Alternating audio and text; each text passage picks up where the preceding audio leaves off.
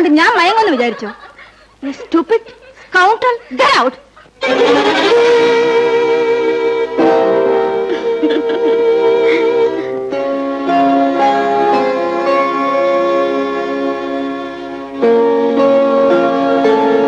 അമ്മണിക്കുട്ടി എന്താ എന്നെ മനസ്സിലാക്കാത്തത്?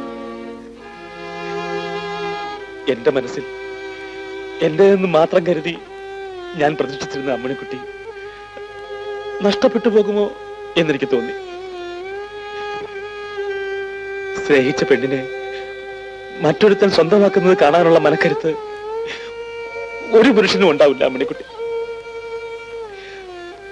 ദാസും അമ്മണിക്കുട്ടിയും തമ്മിൽ അകലണം എന്ന് ഞാൻ ആഗ്രഹിച്ചു. അതൊരു തെറ്റാണോ? അതുകൊണ്ട് ആർക്കെന്ത് ദോഷം പറ്റി? മതി വിസ്തരിച്ചത്. ഒരു കാര്യം ഞാൻ പറഞ്ഞേക്കാം, മേലാൽ ഈ പടി ചവിട്ടിപ്പോരുത്. അമ്മണിക്കുട്ടി, എന്നെ കൈവിടരുത് അമ്മണിക്കുട്ടി. നമ്മുടെ ബന്ധത്തെ പറ്റി ഞാൻ എന്റെ വേണ്ടപ്പെട്ടവരെല്ലാം അറിയിച്ചു പോയി. വീട്ടിലെ കത്ത് വരെ എഴുതി. എന്നിട്ട് ഈ അവസാന നിമിഷത്തിൽ ആര് പറഞ്ഞു കത്തെഴുതാൻ? ഞാൻ പറഞ്ഞോ തന്നെ പ്രേമിക്കുന്നെന്ന്? പ്രേമിക്കുന്നുവെന്ന് പറയണോ? പരിചയപ്പെട്ട നിമിഷം മുതൽ നമ്മൾ എങ്ങനെയാണ് കഴിഞ്ഞത്? നമ്മൾ ഒരുമിച്ച് സിനിമയ്ക്ക് പോയിട്ടില്ലേ? റെസ്റ്റോറന്റിൽ പോയിട്ടില്ലേ? പിക്നിക്കിന് പോയിട്ടില്ലേ? സ്വകാര്യ ദുഃഖങ്ങൾ അന്യോന്യം കൈമാറിയിട്ടില്ലേ? ഇതിൽ നിന്നൊക്കെ ഞാൻ എന്താ മനസ്സിലാക്കേണ്ടത്?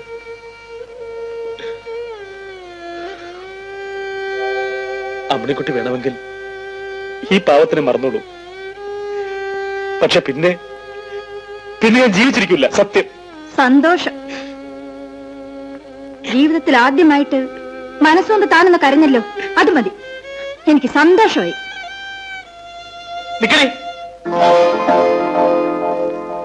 നീ എന്താ എന്നെ പറ്റി മനസ്സിലാക്കിയത്? ഞാൻ മനസ്സ് നൊന്ത് കരഞ്ഞാൽ നിനക്ക് സന്തോഷമാവൂല്ലേ? എന്റെ മനസ്സും നൊന്തില്ല, ഞാൻ കരഞ്ഞൂല്ല. എടി വച്ചേ, ഇത് എന്റെ അവസാനത്തെ നമ്പറാ. 18ാമത്തെ അടവ് എന്ന് കേട്ടിട്ടില്ലേ? അതാ ഇത്. നീ ആര്? ഭൂലോകരംഭയോ? നിന്റെ ദേഹത്തെന്തോ സ്വർണം പതിച്ചു വെച്ചിരിക്കുന്നു. മുരിക്കക്കോല് പോലുള്ള ഉടലും തൂർച്ച കണ്ണും ഉന്തിയ നെറ്റി ഇളിഞ്ഞ ചിരി.